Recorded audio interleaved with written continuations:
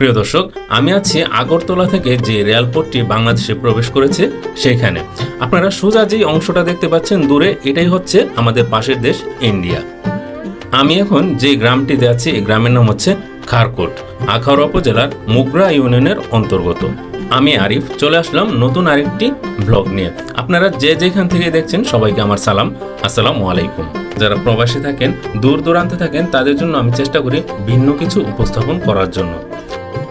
আগরতলা থেকে আখাউড়া পর্যন্ত রেল সংযোগ করার জন্য দুই দেশের সরকার 21 মে 2013 সালে সমঝোতা স্বাক্ষর করে।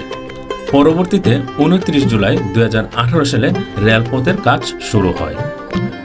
আগরতলা নিশ্চিন্তপুর স্টেশন থেকে আখাউড়া গঙ্গাসাগর স্টেশন পর্যন্ত এই রেলের দূরত্ব হচ্ছে 12.24 কিলোমিটার। প্রিয় দর্শক, চলুন আপনাদেরকে আরেকটু ভিতরের দিকে নিয়ে যাই। এই যে আপনারা দেখতে পাচ্ছেন যে লাইনটি আসছে আগরতলা থেকে এবং এর অপর প্রান্ত হচ্ছে আখাউড়া গঙ্গাসাগর স্টেশন। আমি সামনে যাচ্ছি এবং যত দূর সম্ভব যাব। নিষেধাজ্ঞা যতটুকু রয়েছে এর ভিতরে আমি যাচ্ছি না। চলুন। এই জায়গার দৃশ্যটা চমৎকার, দুই পাশে লাল মাটি। একসময় এটা একটা টিলা ছিল, পরবর্তীতে রেল লাইন স্থাপনের জন্য টিলাটি কেটে ফেলা হয়।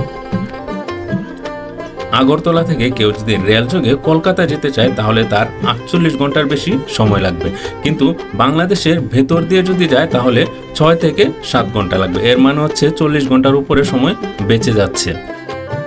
প্রিয় দর্শক, আপনারা যারা আমার পেজে নতুন, অনুরোধ থাকবে পেজে একটা ফলো দেওয়ার জন্য আর আমার ইউটিউব চ্যানেলে একটা সাবস্ক্রাইব করার জন্য। আপনাদের কাছে যদি ভিডিওটা ভালো লেগে থাকে চাইলে আপনারা টাইমলাইনে শেয়ার দিয়ে নিতে পারেন, এতে করে দূর দূরান্তে যারা আছে তারা দেখতে পাবে। দূরে যে সাদা ভবনটি দেখতে পাচ্ছেন এটাই হতে পারে আগরতলা নিশ্চিন্তপুরের ইমিগ্রেশন সেন্টার। এখান দিয়ে বাংলাদেশে ভারতের ট্রেনগুলো প্রবেশ করবে।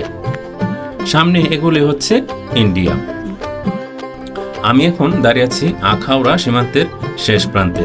এর বেশি যাওয়া আমার পক্ষে সম্ভব না, কারণ হচ্ছে নিষেধাজ্ঞা রয়েছে। প্রিয় দর্শক, আপনারা যে জলাশয়টা দেখতে পাচ্ছেন এর কিছুটা অংশ বাংলাদেশে পড়েছে এবং কিছুটা অংশ ইন্ডিয়াতে পড়েছে। প্রিয় দর্শক, আমি আরিফ বিদায় নিচ্ছি। দেখা হবে নতুন কোনো একটি ব্লগে। ভালো থাকবেন। আসসালামু আলাইকুম।